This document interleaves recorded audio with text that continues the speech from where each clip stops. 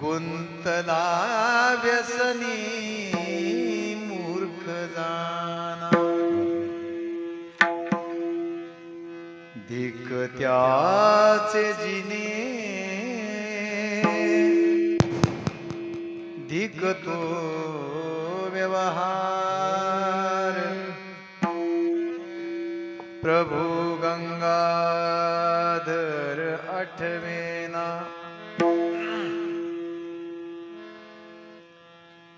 लक्ष 84 दुःख त्या चुकेना.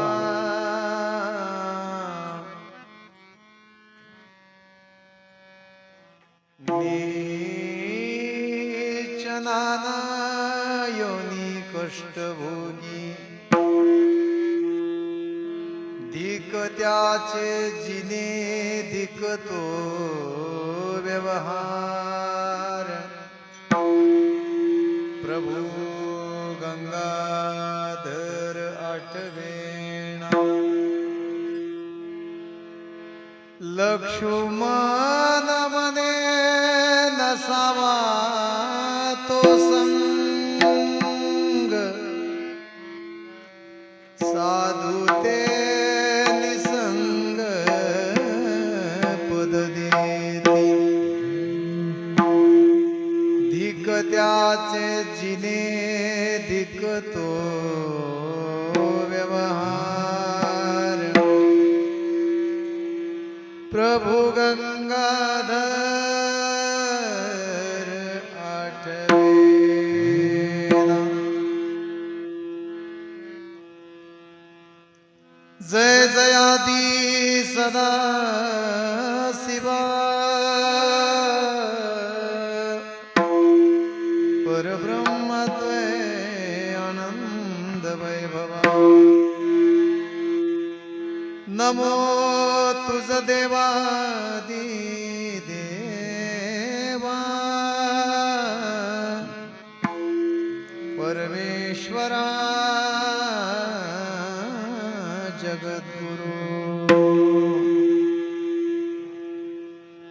ऐसियासी माझे नमन, गुरुमार्गी अवघे जन.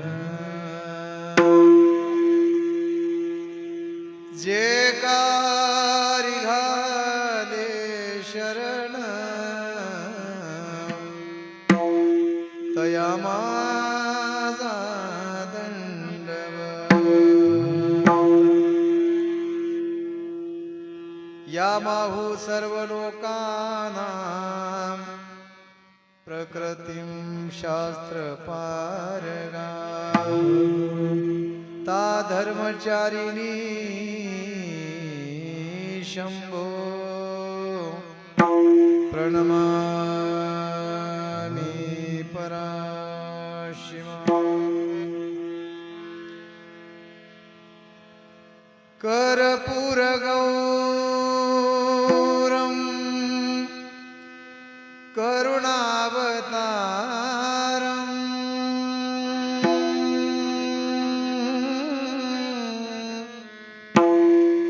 संसार सारं भुजगेन्द्रहारं. सदा वसन्तं हृदयारविन्दे,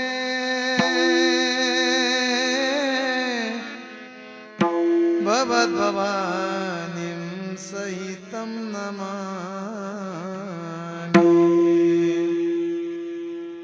कैलासीराना शिवचंद्रमौळी, फणींद्रमाता मुकुटी जळा. कारुण्य सिंधू भवदुःखहारी, तुझ वीण शंभो मज कोणी. नाममुखी नाही पशुतोची प्राणी, गुंतला गुंतला गुंत तदा व्यसनी मूर्ख जाणा दिक त्याचे जिने दिक तो व्यवहार प्रभु गंगाधर आठवे ना तुझे नाम रे घेवोनी तुझे नाम रे घेवोनी तुझे नाम रे घेवोनी तुझे नाम रे घेवोनी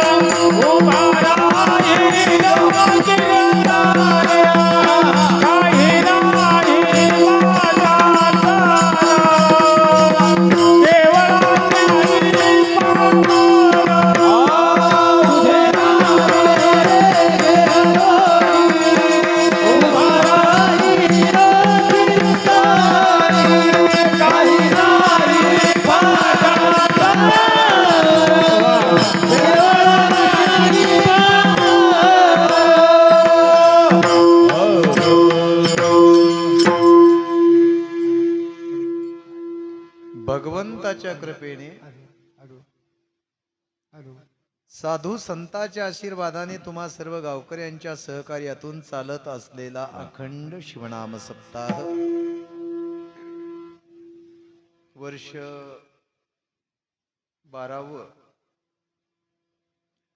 12व्या वर्षातलं हे चौथं पुष्प भगवत चरणी समर्पित करीत असताना पुण्यक्षेत्र मौजे पावन भूमी श्री क्षेत्र खुजडा तालुका पूर्णा जिल्हा परभणी या पवित्र नगरीमध्ये चालत असलेला हा अखंड सर्वधर्मीय नामयज्ञ सोहळा उपस्थित प्राप्त प्रसंगी संप्रदायाचे महामेरू गानगंधर्व गायनाचार्य श्री शिवभक्तीपरायण ज्येष्ठ श्रेष्ठ वयोवृद्ध शिवभक्तीपरायण पांडुरंगजी अण्णा पळसकर या ठिकाणी उपस्थित आहेत. शिवभक्तीपरायण गानगंधर्व गायनाचार्य याच भूमीचे भूमिपुत्र शंकररावजी महाराज उपस्थित आहेत.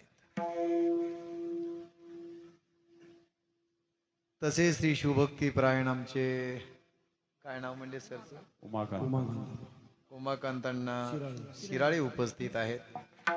त्यानंतर आमचे पुण्याचे सर उपस्थित आहेत. शिवाजी बर शिवभक्तीपरायण आमचे गजानंद भाऊ उपस्थित आहेत. शिवभक्तीपरायण आमचे मारुतीदादा सोनटके उपस्थित आहेत. या ठिकाणी आमचे ज्येष्ठ चौकली अण्णा उपस्थित आहेत. इकडं शिवभक्तीपरायण आमच्या भोगावती ताई उपस्थित आहेत. शिवभक्तीपरायण मनमत महाराज उपस्थित आहेत. शिवभक्तीपरायण त्यांचे वडील उपस्थित आहेत. तुम्ही गावातलेच आहेत ना? फुलकळस. बर. पंचक्रोशीतून आलेले भाविक भक्त भजनी मंडळ, वाणी पिंपळगाव असेल, फुलकळस असेल, ताडकळस असेल, अन्य यांच्या व्यतिरिक्त विनेकरी असतील, मृदंगाचार्य मृदंगराज श्री शिवभक्तीपरायण संप्रदायाचं उत्कृष्ट अशा प्रकारचं ज्यांच्याकडे वक्तव्य आहे,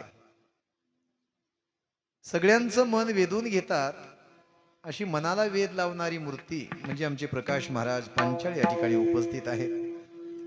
या ठिकाणी माझ्या भगिनी उपस्थित आहेत. शिवभक्तीपरायण हार्मोनियम साथ करण्यासाठी आमचे वसंत गुरुजी कराळे या ठिकाणी उपस्थित आहेत. त्यानंतर आमचे लक्ष्मण महाराज भोरे या ठिकाणी उपस्थित आहेत. बरीचशी मंडळी उपस्थित आहे. यांच्या व्यतिरिक्त बरीचशी नामवंत, गुणवंत, कीर्तिवंत, मूर्तिमंत माणसं या ठिकाणी उपस्थित आहेत. पण प्रत्येकांच्या दिव्य चरणाला माझा अनंत कोटी प्रणिपात आहे.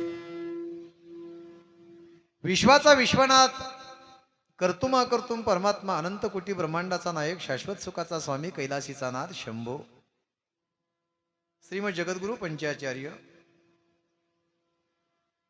शिवयोगी मन्मथ माऊली, जगज्योती महात्मा बसवण्णा, वैवीर विरागिणी अक्क महादेवी, वसुंधरा रत्न राष्ट्रसंत सद्गुरु शिवलिंग शिवाचार्य महास्वामीजी, ज्यांच्या अनुषंगाने ज्यांच्या प्रेम सानिध्यामध्ये वेळोवेळी ज्यांचं मार्गदर्शन होतं असे डॉक्टर नंदिकेश्वर शिवाचार्य महाराज पुर्णेकर, त्यांच्याही दिव्य चरणाला अनंत कोटी माझा दंडवत आहे. प्रस्तुत प्राप्त प्रसंगी सेवेकरता निवडलेला अभंग तुम्हा सर्व महान साधूंचं, महान संतांचं दर्शन करण्याचा योग मला ज्यांच्या प्रेमातून प्राप्त झाला, अशी याच भूमीचे भूमिपुत्र श्री शिवभक्तीपरायण आमचे राजू अण्णा मुरगे, बरोबर आहे ना? आणि शिवभक्तीपरायण आमचे अंबादास अण्णा बालेराव, त्यांच्या प्रेरणेतून मला सेवा करण्याची अनुमती माझ्यासारख्या पामर जीवाला प्राप्त झाली, ही परमभाग्याचं लक्षण आहे. रात्रंदिवस दास्यत्व म्हणून सेवा करण्याचं काम ज्यांनी केलं, वय नसताना सुद्धा अतिप्रेमानं भगवंताच्या सेवेमध्ये जे रत आहेत, असे श्री शिवभक्तीपरायण आमचे संभाजी अण्णा बालेराव, त्यांच्याही दिव्य चरणाला माझा अनंत कोटी दंडवत आहे. बरीचशी मंडळी उपस्थित आहेत. असू द्या, जर यदा कदाचित चुकलं तर आज मला साधूच्या अंतकरणाने माफ करा. कारण प्रत्येकाचा परिहार देणं, प्रत्येकाचा नाम उल्लेख करणं उचित नाहीये. त्या अनुषंगाने निंदा अथवा स्तुती करावी देवाची, वर्णू नये कीर्ती मानवाची, या उक्तीप्रमाणे तरी उल्लेख केला मी. जे कुणी राहिले असतील ती मला आईवडिलांच्या अंतकरणानं, साधूच्या अंतकरणानं माफी करावी असं मी या ठिकाणी व्यक्त करतोय. प्रस्तुत प्राप्त प्रसंगी सेवेकरता निवडलेला अभंग वैराग्याचे महामेरू, शास्त्रमान्य, देवमान्य, लोकमान्य सर्वांच्या परिचयातले शिवसंत, श्रीसंत, श्रीमंत शिवसंत लक्ष्मण महाराज यांचा आहे. अभंग 4 चरणाचा आहे. मनुष्य योनी, स्वेदज, जारज, अंडज, उद्बीज 4 खाणीची विभागणी केल्यानंतर शेवटी शेवटी शेवटी फिरून जो नरतनू म्हणजेच मनुष्य योनीला प्राप्त झाला. मनुष्य योनीला प्राप्त झाल्यानंतर सुद्धा जर इथं आल्याच्या नंतर भगवत नामाचा जर विसर पडला असेल, अन्य विषयाची संगती त्याच्या जीवनामध्ये घडत असेल, तर महाराज त्याला मूर्ख जाणं असं म्हणतात. मूर्ख जाणं असं महाराज म्हणतात. विषय असा आहे, ज्याच्या मुखामध्ये नाम नसेल, ज्याला नको त्या विषयाची संगती जडली असेल, असं ज्याचं अज्ञानामध्ये जीवन जगण्याची शैली ज्याच्या कृतत्वामध्ये प्राप्त झाली असेल, अशांचं जीवन म्हणजे मूर्खाचं जीवन आहे असं महाराजांचं मत आहे. महाराज म्हणतात धन आहे, दौलत आहे, श्रीमंती आहे, ऐश्वर्य आहे, सुख आहे, संपदा आहे, सगळंच आहे, पण उपयोग नाही. कशावरून? रांडविने जीवे श्रंगार पैकेला. अंगावरती पैठणी आहे, अंगावर दागिने ज्वेलर घातलाय, नको त्या नाना प्रकारचा अत्तर तेल सेंट सगळं काही केलाय हो. हा, पण महाराज म्हणाले रांडविने जीवे श्रंगार पैकेला. हो, अरे जसं तिचं अंगावरचं श्रंगार म्हणजे तिच्या कुंका वाचून जसं कमी आहे ना, तसं महाराज म्हणाले मुखात नाम नसेल धिक्क त्याचे जिने, धिक्क तो व्यवहार प्रभू गंगाधर आठवेणा. जर त्याला भगवंताचं नाम जर स्मरणामध्ये येत नसेल तर त्याच्या जगण्याला धिक्कार असो, असं महाराजांचं मत आहे. त्याचा परिणाम सांगतात महाराज. शेवटील घडी काहीतरी करी. अरे शेवटची घडी म्हणजे मनुष्य जन्म आहे. या मनुष्य जन्मामध्ये येऊन जर तुला प्रभू आठवत नसेल तर पुन्हा त्याची आसे शिरावरी, पुन्हा त्याची आसे शिरावरी. बरे का? पुन्हा त्याची आसे शिरावरी. महाराज म्हणतात पुनरपी जननम पुनरपी मरणम पुनरपी जठरी जठरी शयनम. पुन्हा पुन्हा त्याला मरावं लागेल, पुन्हा पुन्हा त्याला जन्मावं लागेल. पण किती वेळा जन्मावं लागेल? महाराज म्हणतात नाही, एक एक योनी कोटी कोटी फेरा मग लागे वारा मनुष्य देहाचा.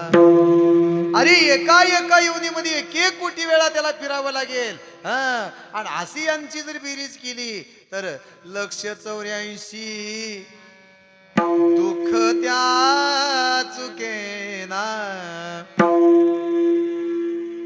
अगदी नीच नीच नीच योनीमध्ये जन्माला जावं लागेल म्हणतात महाराज त्याला. नीच योनी नाना कष्ट भोगी, धिक त्याचे जिने धिक तो व्यवहार प्रभू गंगाधर आठवेना. महाराज म्हणतात बाबांनो, अरे जर जीवनामध्ये दुःखाची प्राप्ती होत असेल आणि दुःख प्राप्तीच्या साधनामध्ये जर ती संगती तुम्हाला जडत असेल तर महाराज म्हणतात लक्ष्मण म्हणे नसावा तो संग,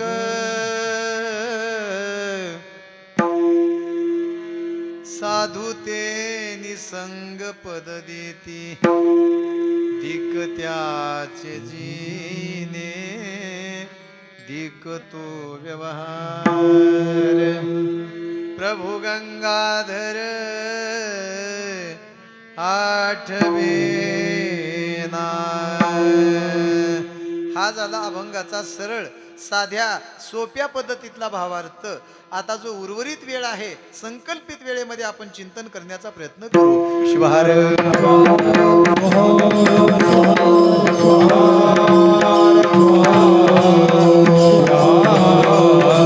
बोला संत शिरोमणी मन्मस्वामी श्रीमद जगद्गुरु पंचाचार्य राष्ट्रसंत सद्गुरु डॉक्टर नंदिकेश्वर शिवाचार्य. बोलो रे भाई सब संतन की. शिवहार शिवहार शिवहार शिवहार शिवहार.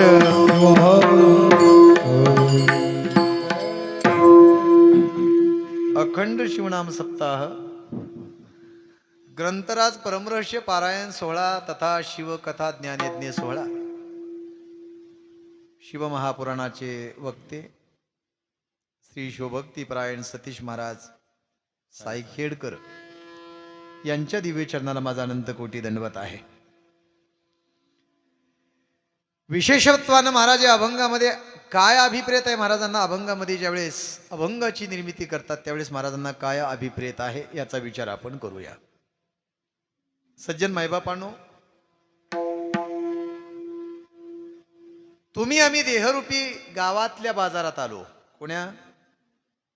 देह गावीच्या बाजारी आलो. आपण बाजारात आलो. कोणता बाजार आहे? विशेषत्वाने विचार केला तर हा देहरूपी बाजार आहे. देहाची संगती घेऊन आपण या देहरूपी बाजारामध्ये आलोत याचा अर्थ असा आहे का लगेचच गेलो आणि लगेचच आलो असा आहे का? असं नाही ना. जसं की लगेचच जाता येतं आणि लगेचच येता येतं, जसं ट्रेनला लगेच जाता येतं आणि परत लगेच येता येतं, असं आहे का? असं नाही. मग कसं आहे? महाराजांना अभंगामध्ये काय अभिप्रेत आहे याचा विचार आपण आधी करू. आपण देहगावीच्या बाजारी आलो हे तितकंच खरं आहे, पण येणंही तितकं सोपं नाही आणि जाणंही तितकं सोपं नाही. कशावरून? 20 लक्ष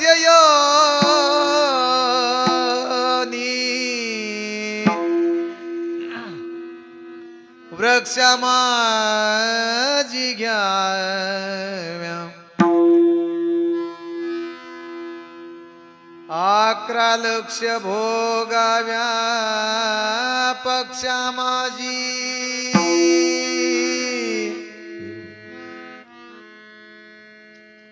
10 लक्ष येऊनी पक्ष माझी घ्याव्या,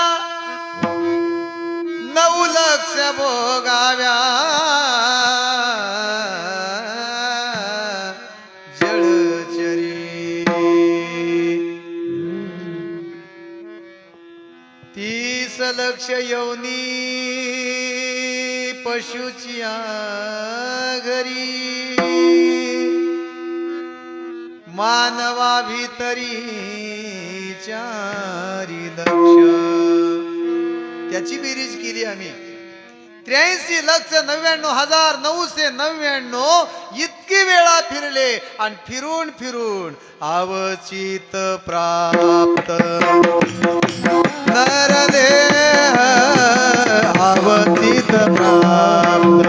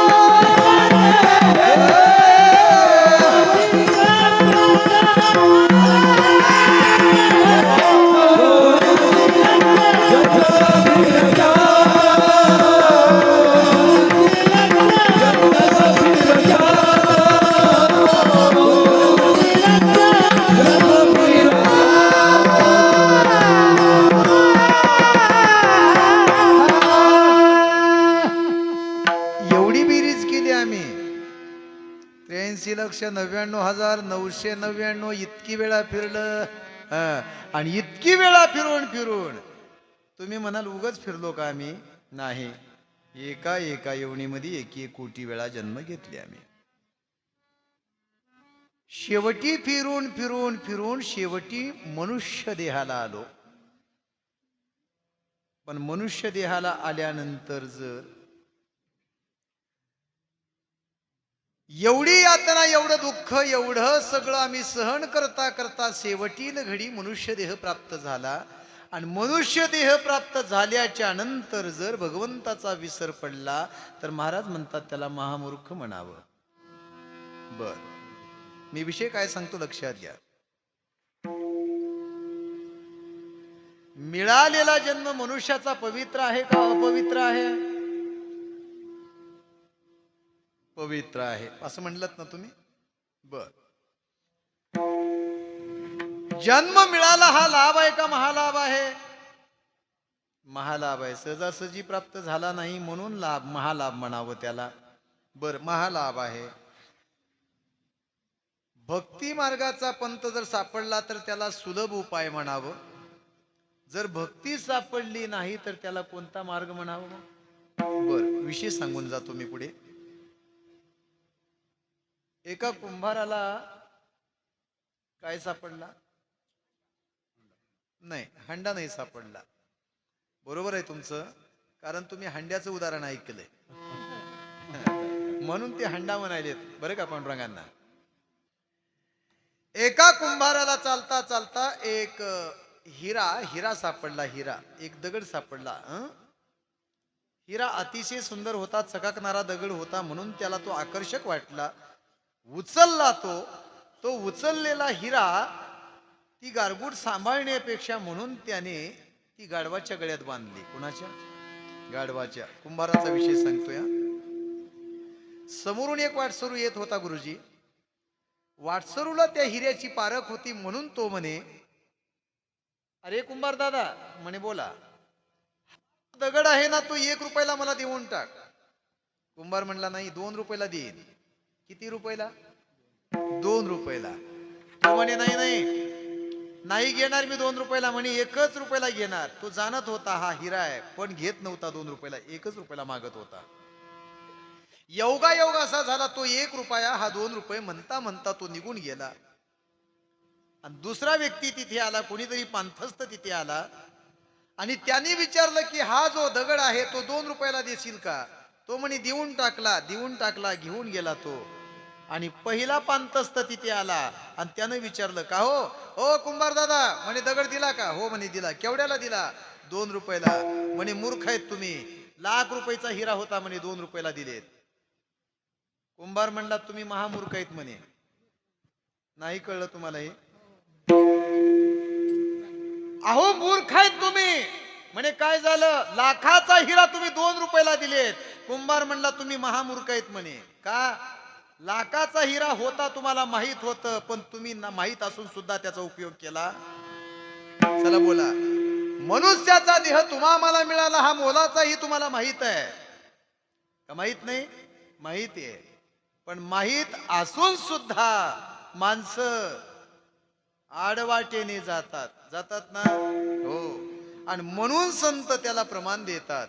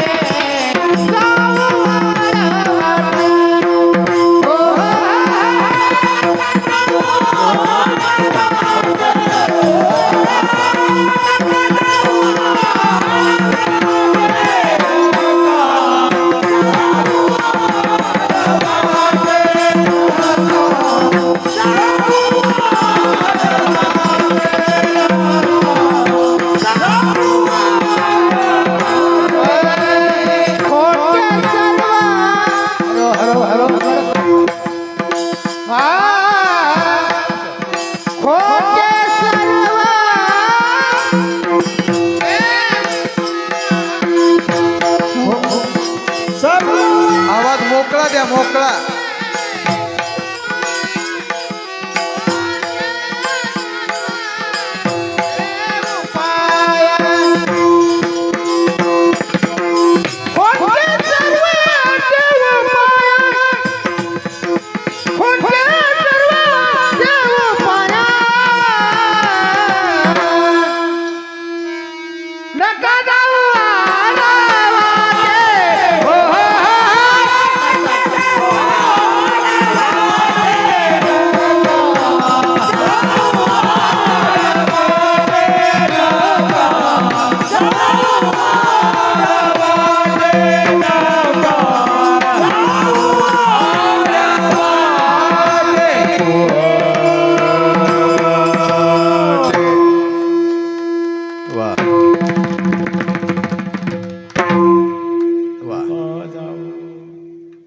म्हणून मेळ मिळविला बरं का.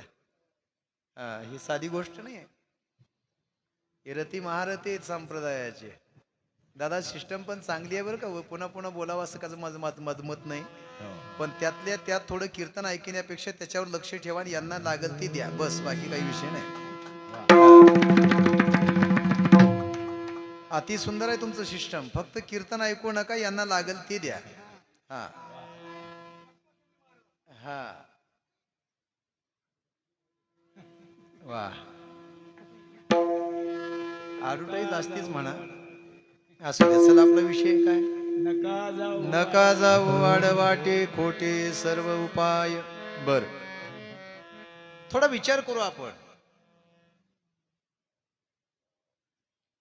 प्रभू परमात्म्याचं नाम आपण विसरलो, याचा अर्थ नेमका असा आहे, आपणाला कुणाची तरी संगती झाली. कुणाची संगती झाली. बर, संगती इथं आल्यानंतर झाली का संगती तिथून येताना झाली. आल्यावर झाली. बर, तुम्ही म्हणता आल्यावर झाली. बरं, जाऊ द्या, थोडं विचारून जातो पुढे. सर, आता आपल्या दोघांची ओळख आहे, बाकीच्यांना विचारू नये. आणि माझं असं मत आहे की वक्त्यानं श्रोत्याला कधीच प्रश्न विचारू नये. विचारू नये प्रश्न वक्त्यानं, बरं का. पण काही काही वक्ती विचारूनच कीर्तन करतात. पण मी तुम्हाला प्रश्न विचारत नाही, फक्त मी एक थोडी गोष्ट पुसतो मी तुम्हाला, लक्षात यावं म्हणून, बरं का. कपडे कधी घेतलेत तुम्ही हे? कालच घेतला का? वा, कपडा तुम्ही कालच घेतला. हो, ती कुणाचा आहे? तुमचाच आहे. बर, ठीक आहे. कपडा तुम्ही काल घेतला याचा अर्थ तुम्ही जन्माला इथं आल्यानंतर कालच्या दिवसामध्ये तुम्ही कपडा घेतला. बर, अगोदर काही उघडे नव्हते, अगोदरही कपडा होता. पण विषय सांगायलो मी, कपडा येताना सोबत आणला होता का? नाही, इथं आल्यानंतर घेतला. कपडा कुणाचा आहे? शंका. आता शंका निर्माण झाली बघा. काही काही जमतीचे विषय असे आहेत, पुन्हा पुन्हा विचारलं की शंका निर्माण होते. शंका घेऊ नका, सरळ मोकळे अंतकरणानं बोला, कपडा तुमचाच आहे. जाऊ द्या, कपडा तुम्ही इथं आल्यानंतर घेतला, कपडा तुमचा आहे असं आपण गृहीत धरू. गृहीत धरल्यानंतर पुन्हा जाते वेळेस 100 वर्षाच्या पुढं हा कपडा तुम्हाला सोबत घेऊन जाता येईल का? नाही. कपडा इथं आल्यावर घेतला, इथं त्याचा वापर झाला की कपडा इथे टाकून निघायचा आहे. कपडा त्या अर्थानं तुमचा नाही, पण तुम्ही त्याला माझं म्हणता.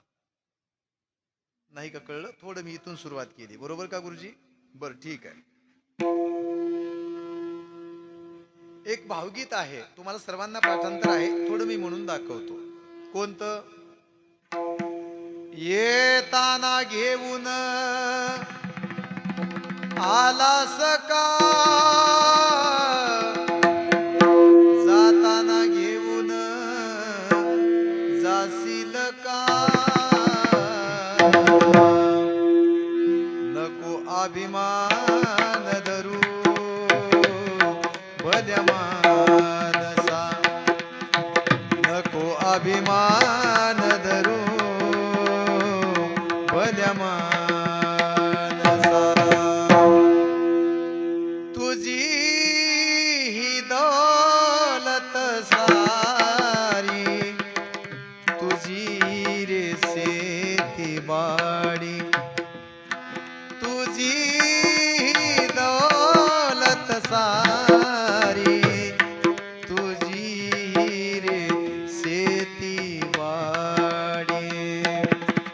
जाताना दादा इथेच राहील तुझ्या जीवनाची रे बैल जोडी संताच्या सज्जनाचे नको अवमान करू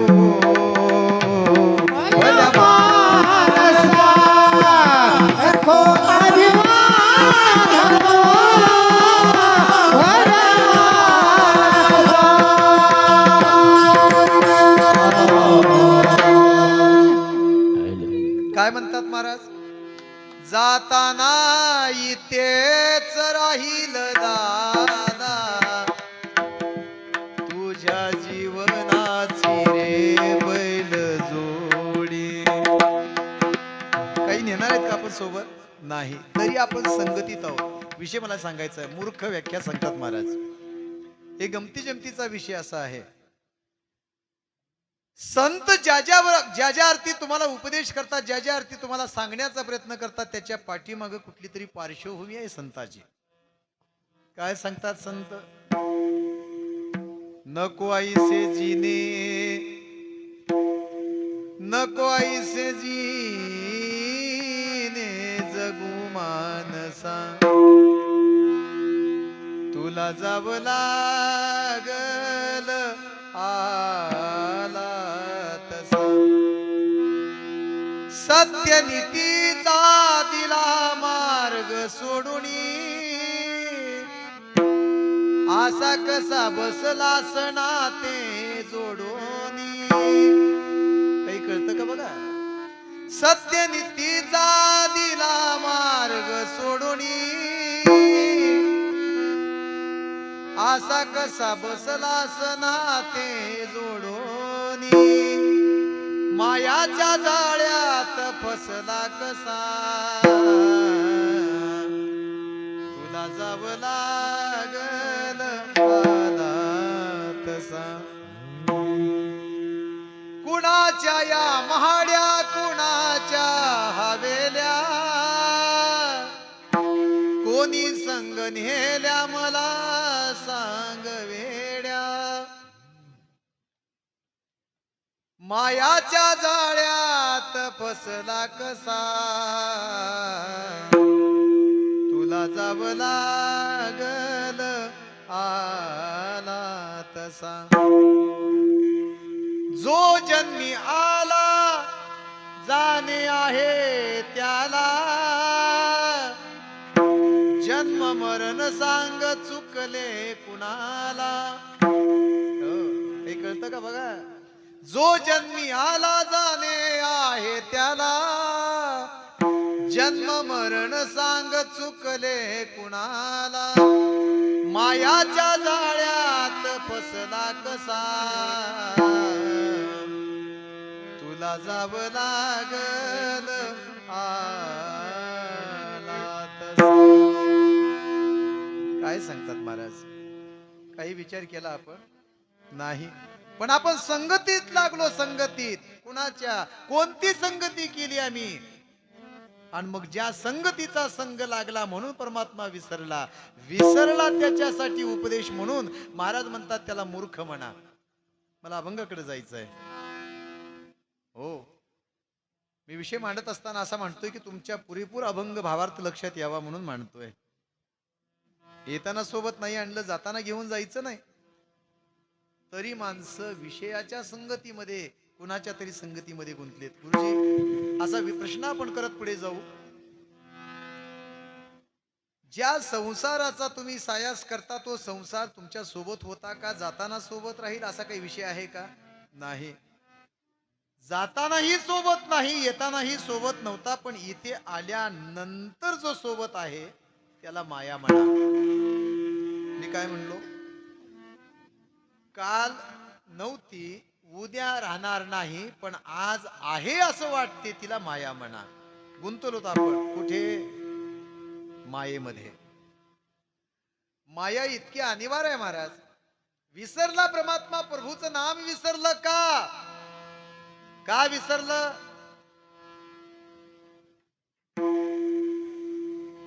का विसरलं नाम? एक मिनिट. विषय असा आहे,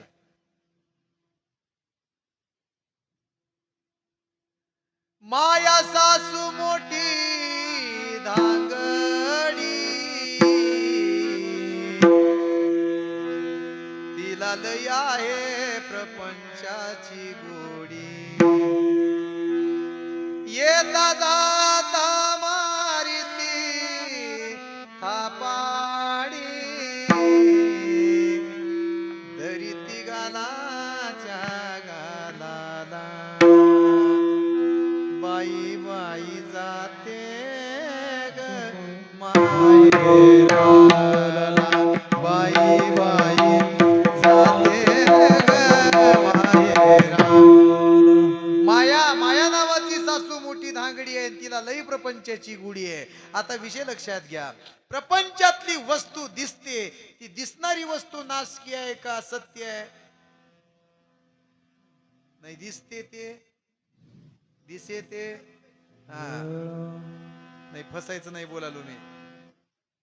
दिसे ते नासे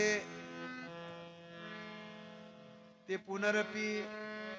आता गंमत अशी आहे, हे घटिका यंत्र जैसे परिब्रह्मेगा. महाराज म्हणतात, विषय लक्षात घ्या, जे जे दिसत ते ते नासत असत, आणि नासलेले ते पुन्हा उपजत असत. हे घटिका यंत्र आहे.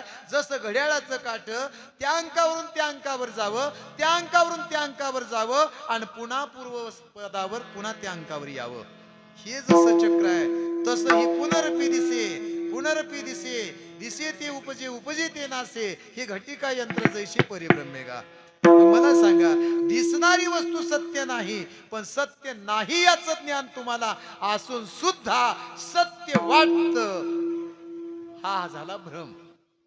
कोणता झाला? भ्रम.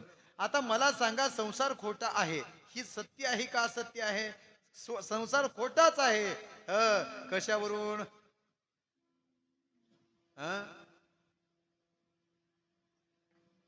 मिथ्याभूत हा संसार, मिथ्याभूत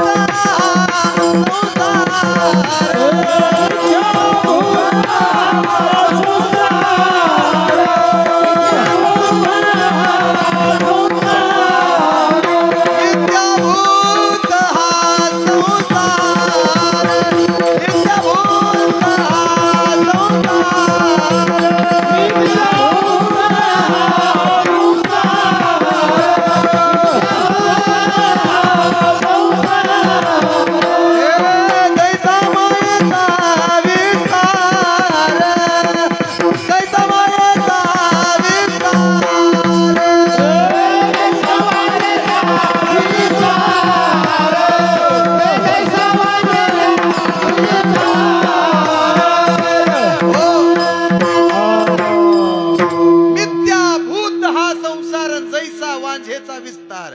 महाराज म्हणतात, मिथ्या म्हणजे खोट.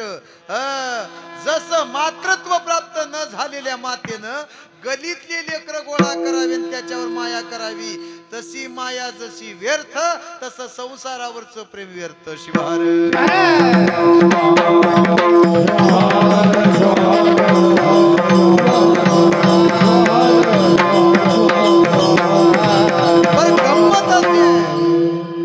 संसार खोटा आहे, प्रपंच खोटा आहे, माया खोटी आहे, असंच आहे का नाही हो?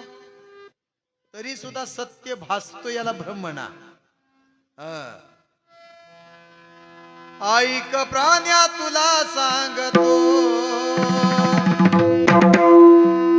उत्तम नरदेही, उत्तम नरदेही, अन भरला मायेचा बाजार, जगामध्ये आपलं कोणी नाही.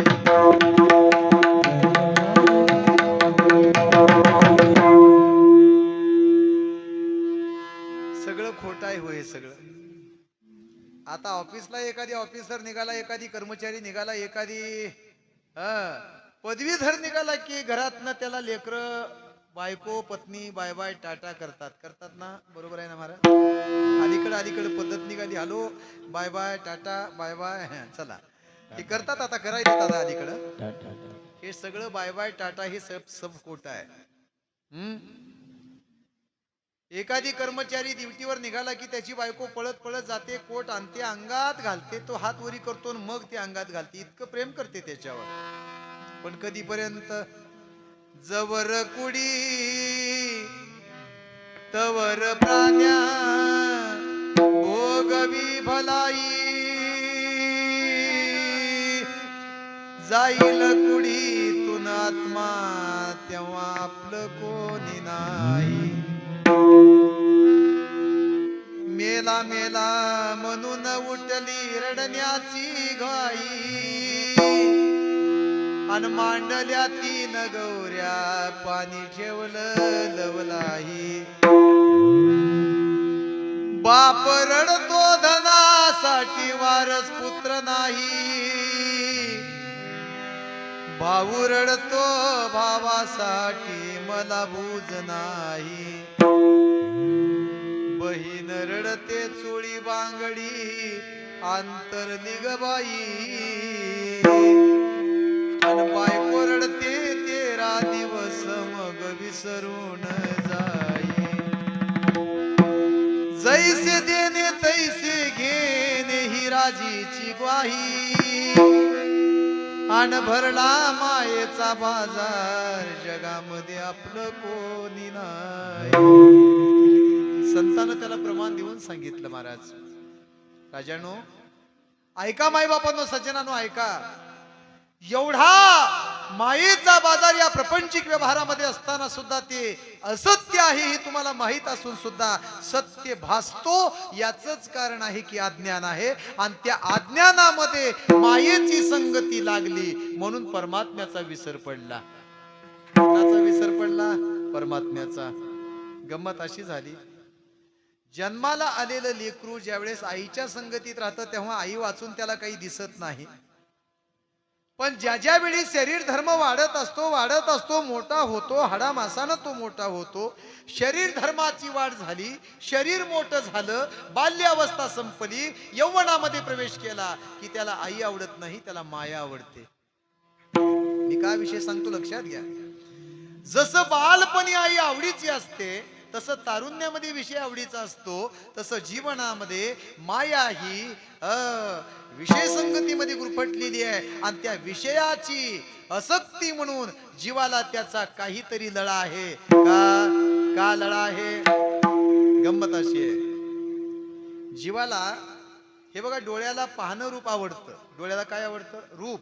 कानाला गुण, त्वचेला स्पर्श, पायाला वांछित म्हणजे चलणं आवडतं, हाताला टाळी आवडते. अजिबात नाही, टाळी अजिबात आवडत नाही तुम्हाला. हाताला काय आवडतं? व्यवहार आवडतो हाताला, व्यवहार. बरोबर आहे की नाही?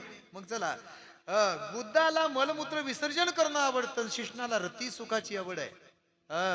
जे ते इंद्रिय ज्या त्या विषयाकडे ओढतात, म्हणून त्या प्रत्येक विषयाचा छंद जो आहे त्याला माया असा शब्द आहे. आणि मायेमध्ये जीव गुरफटला गेला म्हणून परमात्म्याचा विसर पडला. म्हणून महाराज अभंगाचं पहिलं चरण म्हणतात, नामामुखी नाही पशितोचे प्राणी, नामामुखी नाही पशुतोचे प्राणी, नामामुखी नाही पशुतोचे प्राणी,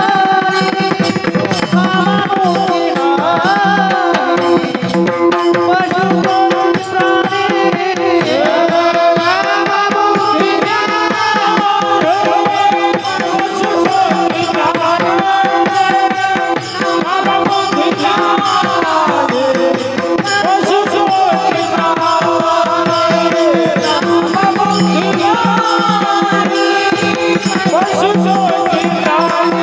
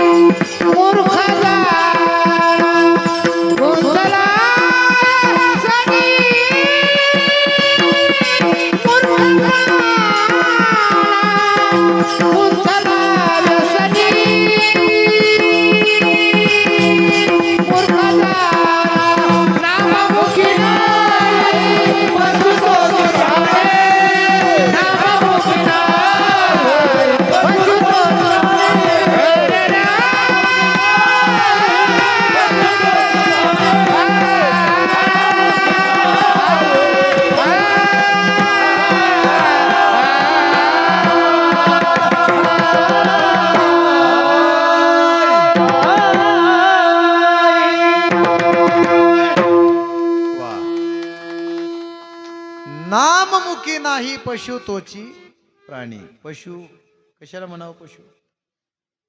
ज्याला चार पाय असतात, ज्याला शेपटी असते, त्याला पुच्छ असतो, त्याला पशु म्हणावं. पशुची उपमा दिली हो महाराजांनी.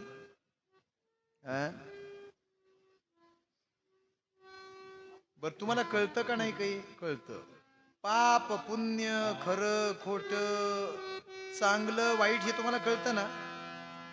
पशुला ते कळतं का? पशु काय पाप पुण्य जाणती,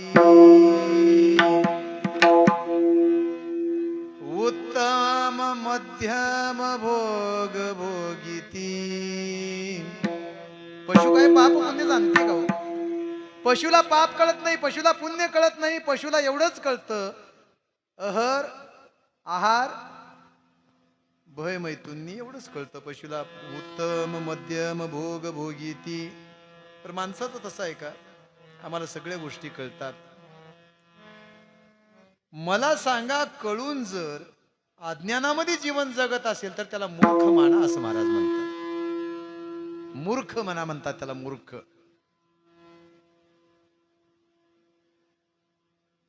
स्वतःच्या जीवनामध्ये हित करण्याचं साधन त्याला माहीत असून सुद्धा अहिताच्या सामुग्रीमध्ये जो जीवन व्यतीत करतो त्याला मूर्ख म्हणावं. एका गावामध्ये मूर्ख माणूस होता. मूर्ख कळतो का तुम्हाला? सगळं गाव त्याला मूर्ख म्हणायचं. गजूभाऊ, सगळं गाव त्याला मूर्ख म्हणायचं. तो म्हणे काय करावं म्हणे, मला मूर्खच म्हणतात. नाही म्हणे आपण गाव सोडलेलं बरं. नाही, आता मला असं म्हणायचंय, मूर्खानं गाव सोडलं काय आणि जग सोडलं काय? मूर्खच म्हणतील ना माणसं. पण त्या मूर्खाला तरी कळायला पाहिजे की नाही? पण मूर्खानं गाव सोडला आणि दुसऱ्या गावाकडे चालत चालत निघाला. दुसरं गाव जवळ आलेलं होतं आणि तिथे एक झरा होता. झरा माहिती आहे ना? झरा, ते पाणी भरून घेत होता महिला. तिथं झरा होता. हा त्या झऱ्यामध्ये उभा राहिला, हातपाय तोंड धुतला, पाणी पित होता. तेवढ्यामध्ये गावातल्या काही महिला पाण्यासाठी त्या झऱ्यावर आल्या होत्या. त्याला पाण्यामध्ये उभं टाकलेल्या बघितल्या आणि त्याला म्हणले, ए मूर्खा, नाही का? नाही कळलं तुम्हाला हे? त्याला सहज म्हणले, हे मूर्खा बाजूला हो. त्यो म्हणला, मला गावात मूर्ख म्हणत होते म्हणून मी 100 किलोमीटरवर इथं आलो. यांनाही मूर्ख नाव माझं कसं का माहिती? कारण तुझी लक्षणच मूर्खाची आहेत रे. ते सांगायची गरज नाही. मी सहज बोलून चाललो पुढे पुढे. मूर्ख त्यांनाच म्हणा की ज्यांच्या जीवनामध्ये हित करण्याची सामुग्री माहीत असून सुद्धा अहिताच्या सामुग्रीमध्ये जीवन व्यतीत करतो त्याला मूर्ख म्हणा. कळतं ना तुम्हाला? चांगलं कळतं, वाईट कळतं, करावं कळतं, नाही करावं कळतं, कळून सुद्धा माणसं भ्रांतीमध्ये जीवन जगतात. अरे भ्रांतीमध्ये जीवन जगतात. जीवन जगणं भ्रांती हे दुःखाचं कारण आहे. म्हणून भ्रांती निघाल्याशिवाय सुखाची प्राप्ती नाही. म्हणून संतांचं तुम्हाला सांगणं आहे, भ्रांतीचा पडदा शिव कृपेने, भ्रांतीचा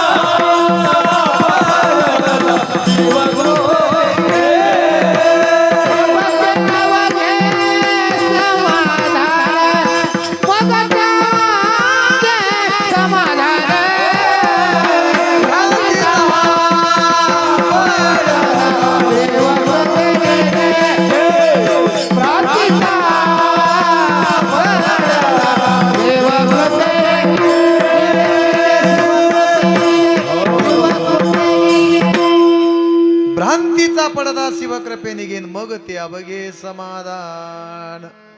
हो, भ्रांती निघावी असं वाटत असेल तर काय करावं लागेल म्हणे? नामच घ्यावं लागेल. बरं, आता एक विषय असा आहे, महाराज म्हणतात नाम घेतलं नाही त्याला मूर्ख म्हणावं.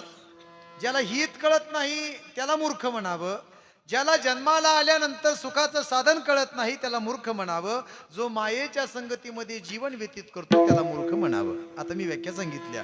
बरं जाऊ द्या, नामच घ्यावं, नाम नाही असा जो तो माणूस म्हणतात मूर्ख आहे. पण आता नामच घ्या असं महाराजांचा जो विषय आहे, हे का असा प्रश्न माझा निर्माण झाला. नामच घ्या म्हणतात महाराज. प्रत्येक संतानं सांगितलं, बाबांनो तुम्ही एक करा, प्रत्येक कुठल्याही गात्यात जा, कुठल्याही संताकडे जा, कुठल्याही ग्रंथाकडे जा, सार सार सार विठोबा नाम तुझे. बर, कळलं तुम्हाला. आता इकडे महाराज म्हणतात नाम चांग नाम चांग नाम चांग पिटे पांग, हेही तुम्हाला कळलं. नाम गोड नाम गोड, एवढी नामाचं महत्व सांगितले. नाम मात्रा प्रेम रसे, गाता कुठलाही असू द्या, ग्रंथ कुठलाही असू द्या, संत कुण्याही कुळातला असू द्या, विषय तो घेऊ नका. एक गंमत अशी आहे, फक्त आपणाला प्रवास करण्याशी मतलब, कंडक्टरची ड्रायव्हरची जात विचारायची नाही. काही जणांना रिकाम्या उचापती लागल्या आता. मग मी त्यांच्यासाठी म्हणतो, बाबा तुम्ही एसटी मध्ये बसलात ना, तर कंडक्टर जर तुमच्या जातीचा असला तरच बसा, नंतर खाली उतरा. तुम्हाला प्रवासाला एसटी कुण्याही जातीच्या कंडक्टरची चालते, आणि इथं परमार्थामध्ये ते जमत नाही हे जमत नाही, हेच चालू आहे सध्या आता. हे की नाही? असू द्या, मला तिकडे जायचं नाही. मी कुणावर टीका करणाऱ्यापैकी नाही, आणि माझा विषय टीकात्मक नाही. माझा विषय काय होता? नाम. नाम ज्याच्या मुखात नाही त्याला मूर्ख असं म्हणतात महाराज. मग मुखामध्ये नाम राहावं असं महाराजांचं मत आहे. का? तुम्हाला मनुष्याचा जन्म मिळाला म्हणून. मिळाला जन्म हा मानवाचा तुला, काही साधन करा येऊनी जन्माला. अरे जन्माला आले तुम्ही, काहीतरी साधन केलं पाहिजे, कारण हा जन्म शेवटचा जन्म आहे. शेवटचा जन्म म्हणण्यापेक्षा ही मुक्तीचं माहेर घर आहे. याची देही, मी दोन्ही सांगायलो बघा, नरतनु हेची मुक्तीचे माहेर, किती वारंवार प्रार्थू आता. एकीकडे संत प्रमाण देऊन सांगतात, दुसरीकडे काय म्हणतात? याची देही याची डोळा, पाहे पाहे पाहे मुक्तीचा सोहळा. दोन्ही बाजूने सांगायलो मी. तरी तुम्हाला एवढं सांगून सुद्धा आम्ही नको त्याच मार्गाने चाललोत ना, म्हणून महाराज त्याला मूर्ख म्हणतात. आता विषय असा आहे, उदाहरण मी सांगितलं नाही पण सांगतो, इथं नाही सांगितलं म्हणून सांगतो. गुरुजी थोडं बोलतो लवकर लवकर, वेळ आपल्याकडे कमी आहे. अगदी संकल्पित वेळेमध्ये थांबा ना. हा, त्याचं टेन्शन नका घेऊ. मध्यंतरीची चाल घ्यायची का नाही हे सांगा. शेवटच ना, मग ओके, काही विषय नाही. फक्त मला सांगत चला, फक्त हा एवढं इशारा करत चला. कारण बर ठीक आहे, असू द्या, पुन्हा त्याच्यामध्ये वेळ घालायचा नाही मला. गुरुजी एक विषय असा आहे, थोडं बोलतोय मी, खालच्या थराला येऊन बोलतोय, थोडं लक्षात घ्या, वाईट मानून घेऊ नका. सिद्धांत आणि दृष्टांत अभंगाचा भावार्थ कळावा म्हणून मांडले जातात. हे कुठल्या गाथ्यामध्ये ग्रंथामध्ये याची निर्मिती संतांनी केली नाही. म्हणून संताचा, ग्रंथाचा, दृष्टांताचा, सिद्धांताचा कुठल्या कुठे अभिप्रेत लावू नका. फक्त कळावं म्हणून त्याला तो मतीत भावार्थ जोडलाय. लक्षात घ्या. लक्ष्मण दादा, पूर्वी लग्न व्हायची ती कुणाकुणाची लग्न व्हायची आहे का आता? ते म्हणाले ताई, आता हे काय विचारण्याचा प्रश्न आहे. पूर्वी लग्न व्हायची ती कुणाची व्हायची गुरुजी? मुलाचे आणि आता कोणाची व्हायले? मुलाची मुली. हा, हे तर मोठी भानगडी इथंच आहे ना. हे इकडं बाबा म्हणाले तर पहिलं लग्न नवरा नवरीची व्हायची म्हणाले तर लहानपणी व्हायची. बरोबर का नाही? मी सांगतो ऐका. पूर्वी लग्न मुला मुलीची व्हायची. कोणाकोणाची? मुलाची आणि मुलीची लग्न व्हायची. लग्न मुलीचं 10 वर्षाच्या आत व्हायचं आणि मुलाचं लग्न 15 वर्षाच्या आत व्हायचं. बरोबर का नाही? लहान मुलगी सासरी नांदायला जायची म्हणून तिच्या मनाची अवस्था जशी होते तशी मला तुला भेटण्यासाठी झाली म्हणून जगद्गुरु तुकोबारायाने अभंगाची निर्मिती केली. कशी? कन्या सासुरासी जाये मागे परतोनी पाये तैसे झाले माझ्या जीवा केव्हा भेटसी केशवा. है ना? महाराजांनी अभिप्रेत केला त्याचा दृष्टांत पुढे ठेवला. कन्या सासुराशी जाये आणि मागे परतोनी पाहे. जरी सासरपर्यंत गाडी गेली गाडी घोंगराची दादा गाडी घोंगराची तरी तिचं तोंड बाहेरकडे असायचं आहे ना. पण तरी सुद्धा जावं लागायचं, तिला नावीलाज होता. आताच्या नवरीचं तोंड माहेरकडे नाही कारण ती माहेरला कंटाळली दादा. कारण 32 वर्ष वय माहेरात गेलं तिचं. पूर्वी मुला मुलीची लग्न व्हायची, आता बाई माणसाचे लग्न व्हायले. थोडं कळावं म्हणून बोललोय बरं का, खाली येऊन बोललोय. आता कोणाचे लग्न व्हायले? बाई माणसाचे लग्न व्हायलेत आता. नवरदेव जरी घोड्यावर बसण्याचा प्रयत्न केला तर घोडा म्हणतो उतर खाली, खाली उतर. नवरदेवानं घोड्याला विचारलं का?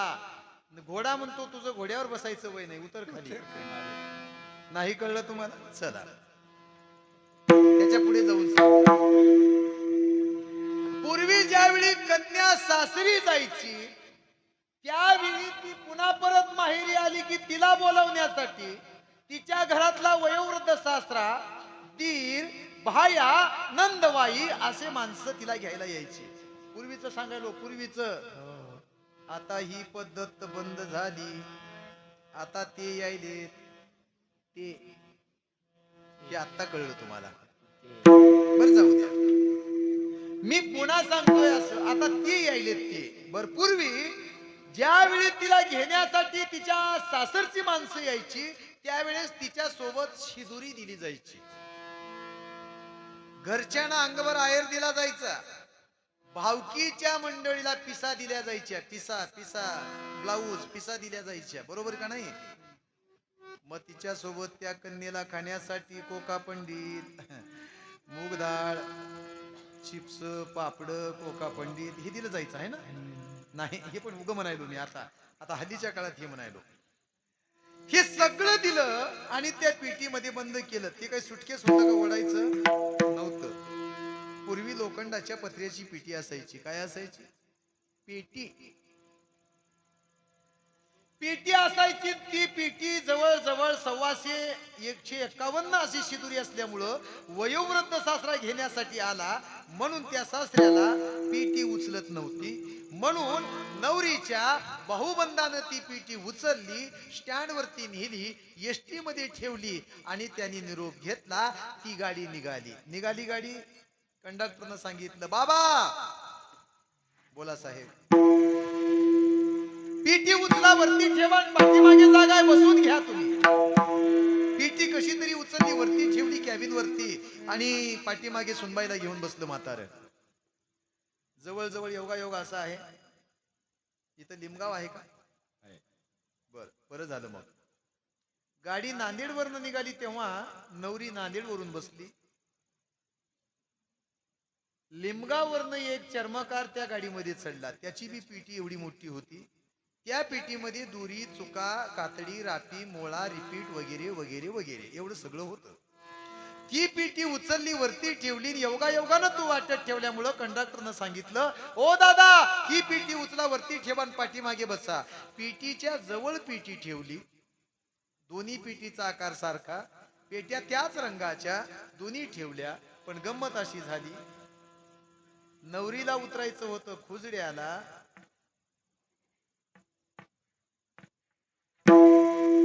आणि चर्मकाराला उतरायचं होतं ताडकळसला. गंमत अशी झाली बघा, म्हातार तिथं जसं आयटीत वरी चढलं होतं तसं आयटीत खाली उतरलं, आणि आयटीत खाली उतरून तिथं जसं पाठवायला आले होते इथं तसं घ्यायला आले होते. पोरांना सांगितलं, पोरांनो पेटी घेऊन या. म्हातार पुढं पुढं सुनबाईला घेऊन, मागार पोरं पेटी घेऊन गेली. पण गंमत अशी झाली, जी पेटी आणायला पाहिजे होती ती तिथं राहिली, नको ती पेटी सोबत घेऊन आली. पण आणलेली पेटी सुनबाईला उघडता येत नव्हतं. ती भावकीच्या लोकांना आमंत्रण करून ती पेटी उघडावं लागत होतं. पूर्वी पेटी आणली, संध्याकाळी आमंत्रण दिलं सगळ्या भावकींना, आणि एका मास्तरीनबाईचा मान दिला, आणि त्या मास्तरीनबाईनं त्या पेटीची पूजा केली. कारण सुनबाई पहिल्यांदा गावी आल्या होत्या. पूजा केली, मस्तपैकी लॉक खोललं, आणि वरती फडका केल्याबरोबर मधी कातडी, दोरा, चुका, राखी, मोळा, खिळा, रिपीट वगैरे वगैरे दिसलं.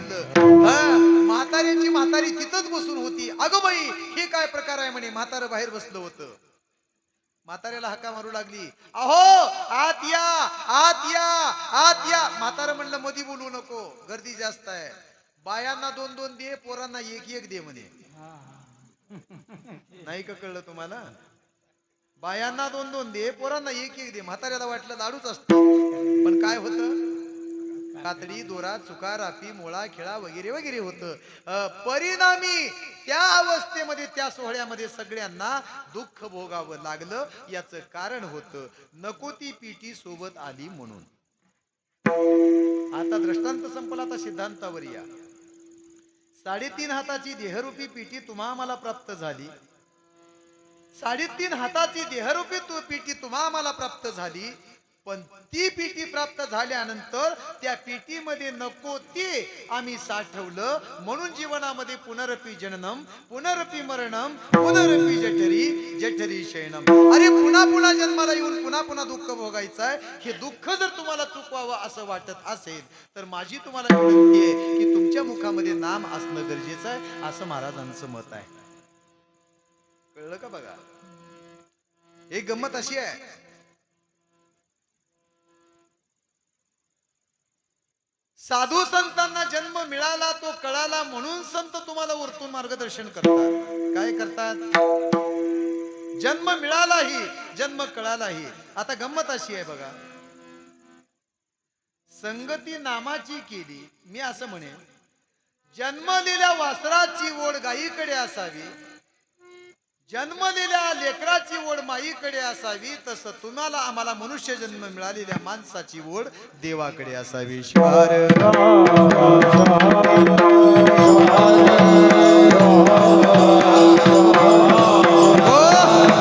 महाराज सांगतात की जीवनामध्ये मुखामध्ये नाम आलं पाहिजे. गंमत सांगून जातो मी तुम्हाला, लवकर लवकर सांगतोय.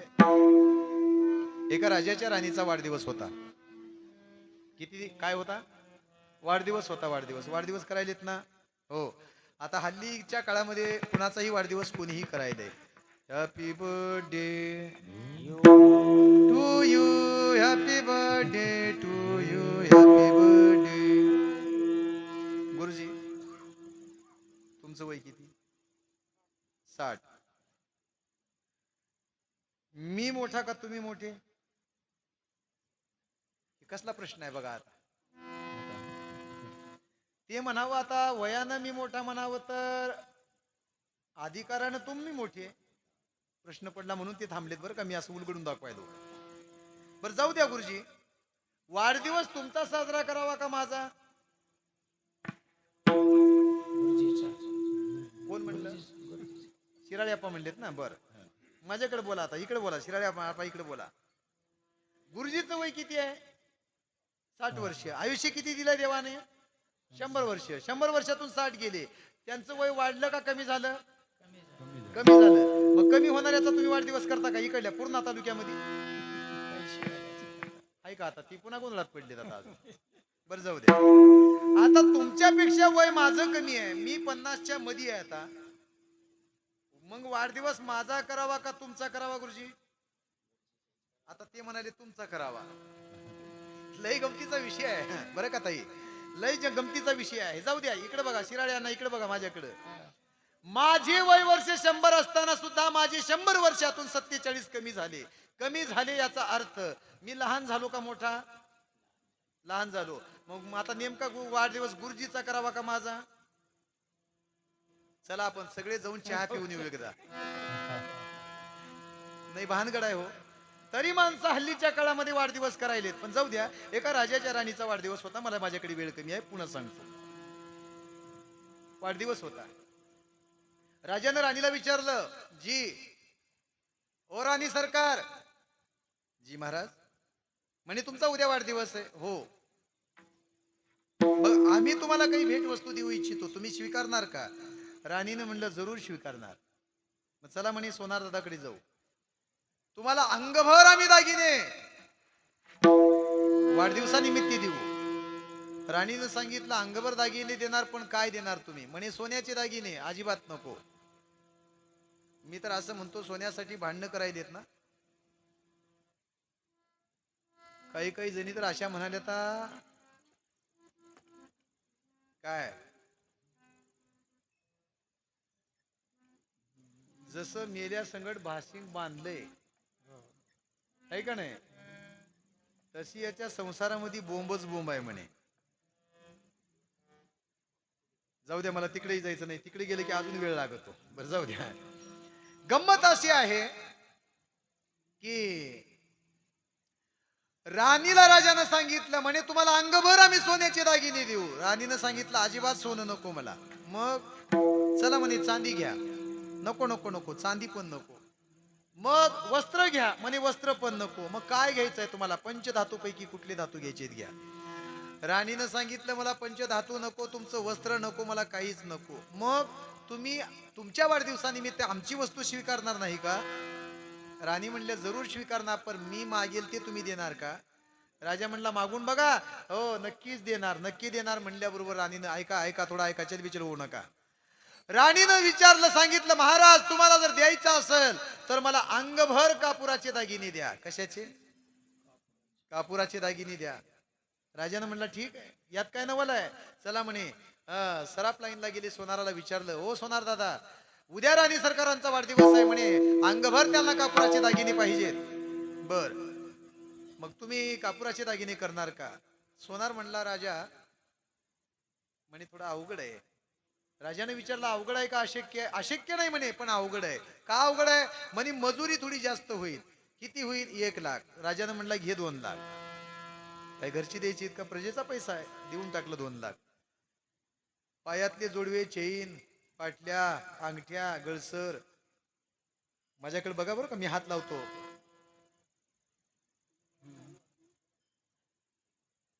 सगळं झालं, सगळं सगळं सगळं झालं. मस्त पैकी कापुराचे दागिने केले. राणीला सुंदर अशा प्रकारे सिंहासनावर बसवलं.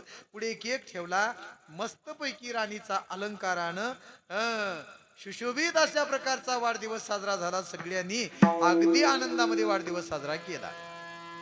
पण गंमत अशी झाली, वाढदिवस साजरा झाला, एक दिवस आत गेला की तिसऱ्या दिवशी दासी दारामध्ये आली आणि दासीनं सांगितलं, ओ आई साहेब. म्हणे काय झालं? मी उद्या कामावर येणार नाही. दासी म्हणत होती, का ग काय येणार नाहीस कामावर? म्हणे उद्या माझा वाढदिवस आहे. असं का? मग थांब, तुला माझी साडी देते. नको नको नको. मग थांब म्हणे पैसे देते. नको नको. थांब म्हणे सोनं देते. नको नको. अगं पण का? म्हणे मला काहीच नको. अगं पण घ्यायला पाहिजे. मग देणार का तुम्ही? म्हणे देणार. माग. तुमचे अलंकार मला द्या म्हणे. कशाचे? कापुराचे. राणीनं मोकळ्या अंतकरणाने देऊन टाकले. घरी गेली, मस्त पैकी चेन, पाटल्या, मुद्या, अंगठ्या, गळसर, कानातले, हे नाकातलं, इकडं हे वरचं, हे सगळं घातलं आणि पुढे ते टेबल ठेवला, केक ठेवला, वरती मेणबत्ती ठेवली. मेणबत्ती ठेवली. बाया बसल्याच होत्या सगळ्या भोवताली. बाया म्हणल्या नको बघू आता, इकडं तिकडं नको बघू, वेळ झालाय, कीर्तन संपत यायलंय, घे काढ बिन पिटीव, घे काढ बिन पिटीव, घे काढ बिन पिटीव. अशी काडी घेतली ना अशी पेटवायला गेली. कशी पेटवली काय माहिती, पण त्या पेटवण्यानं तिची अंगठी पेटली. काय पेटली? अंगठी पेटली, अंगठी. आता मला सांगा, अंगठी पेटली, अंगठी जळाली तर राणीचा शब्द येईल म्हणून ती अंगठी विजवावं म्हणून तिने ती अंगठी छातीला घासली. माझ्याकडे बघू नका, गळसर पेटला, गळसर पेटला. गळसर पेटल्याबरोबर विजवावं म्हणून तिने दोन्ही हात घासले, पाटल्या पेटल्या. पाटल्या पेटता पेटता याचा अंतर कमी होता, हे पेटलं, आणि हे पेटलं की हे डोंगर पेटला. डोंगर नाही कळाला तुम्हाला? हॅपी बर्थडे टू यू म्हणण्याऐवजी तिला मरण पत्करावं लागलं. काय लाभ तया झाला शेकी प्राणाची मुखाला, शेकी प्राणाची मुखाला, शेकी प्राणाची मुखाला. काय लाभ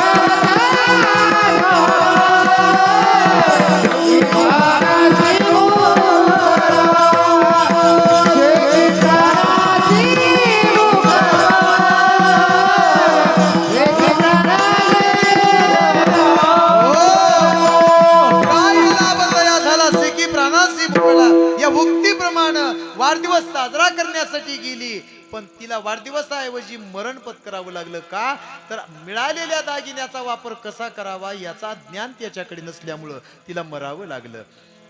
त्याच दागिन्यानं राणीचा वाढदिवस झाला आणि त्याच दागिन्यानं दासीचा मृत्यू झाला. याचं कारण आहे की ज्या संतांना जन्म मिळाला कळाला म्हणून त्यांनी नामाचं चिंतन केलं. तुम्हा मला मिळाला पण कळाला नाही म्हणून आम्ही विषयाची संगती केली, विषयाची संगती केली. आणि म्हणून महाराज म्हणतात गुंतला व्यसनी मूर्ख जाणा. धावत्या बघामध्ये थोडं थोडं सांगतो, पुढे जाऊ आपण, मधलं प्रमाण म्हणू नका.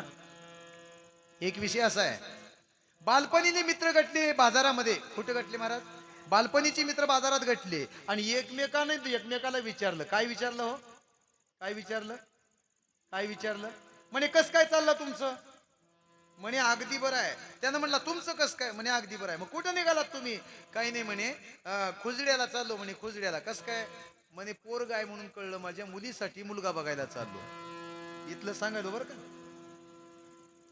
तो म्हणला राव आपली 5 वर्षाच्या अगोदर भेट झाली होती म्हणे नांदेडच्या स्टेशनवर, तेव्हा सुद्धा तुम्ही म्हणला होतात की मुलगा बघायला चाललो म्हणून.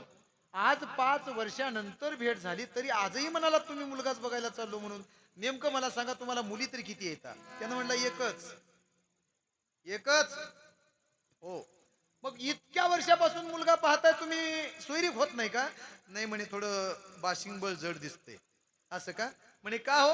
बाशिंग बळ जड आहे याचं कारण काय? तुमची मुलगी का लंगडी आहे का? नाही नाही म्हणे, पाय भक्कम आहेत. मग तुमची मुलगी का आंधळी आहे का? म्हणे डोळस आहेत.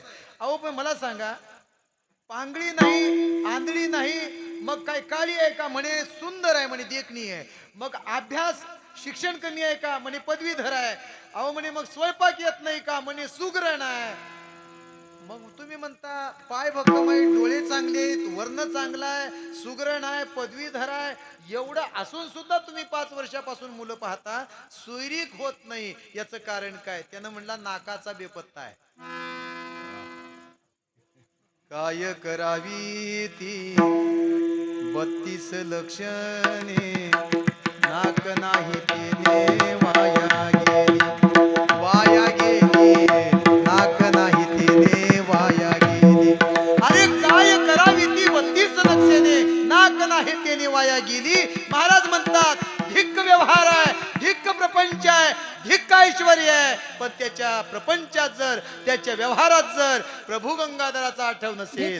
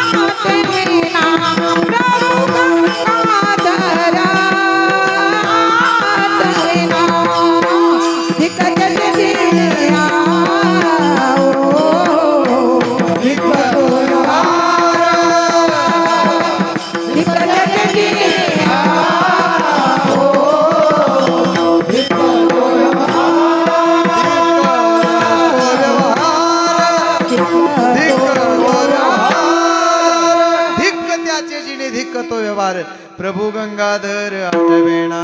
बर महाराज म्हणतात संगती करावं. संगती करावी कुणाची करावी? एक संगती मूर्खाची करू नये. का? मूर्खाची संगती पतनाला कारण आहे, वेड्याची संगती दुःखाला कारण आहे. तसं संताची संगती नामाची संगती सुखाला कारण आहे. बर समजा जीवनामध्ये ही संगती नाही घडली तर त्याला काय येत नाहीत महाराज? लक्ष चौऱ्याऐंशी दुःख त्याचुके.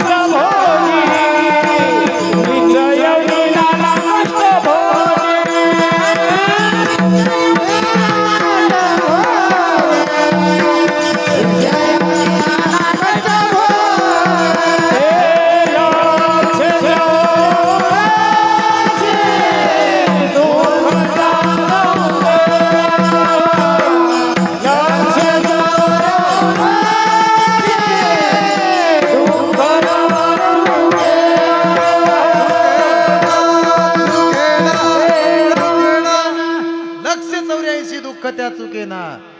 नीच येऊनी नाना कष्ट भोगी. पुन्हा पुन्हा जन्माला यावं लागेल, पुन्हा पुन्हा मरावं लागेल, पर्याय नाही महाराज. म्हणून शेवटची पाळी एक मनुष्य जन्म. काही साधन करावं लागेल ना. काय साधन करसाल तुम्ही? महाराज म्हणतात तुम्ही काहीच करू नका रे बाबा, एक करा. घडी पल पल आयुष्य चालले, काळाने लाविले माप बाप्पा. मग तुम्ही एक करा म्हणे, काय? ठाईची बैसोनी करा एक चित्त. आळवा अनंत, आळवा अनंत आवडीने ठाईच बैसोनी करा एक चित्त. दोन्ही बाजूने बोलायलो मी बरं का इथं. कारण हरिहरा भेद नाही, नका करू वाद एक एकाच्या हृदयी गुढी साखरेच्या ठाई. समन्वय वाटला मला म्हणून बोलतोय. महाराज म्हणतात त्याला चुकणार नाही. ते चुकवावा असं वाटत असेल तर संगती महत्वाची आहे. संगतीशिवाय ती फळत नाही महाराज. पण आम्ही संगती मूर्खाची केली, आम्ही संगती वेड्याची केली. वेड्याची संगती दुःखाला कारण आहे. एका गावामध्ये 4 चोर शिरले. ऐका हो थोडं, ऐका थोडं ऐका. मी 11 वाजले तर 2 मिनिटांमध्ये थांबतो. 2 मिनिटांमध्ये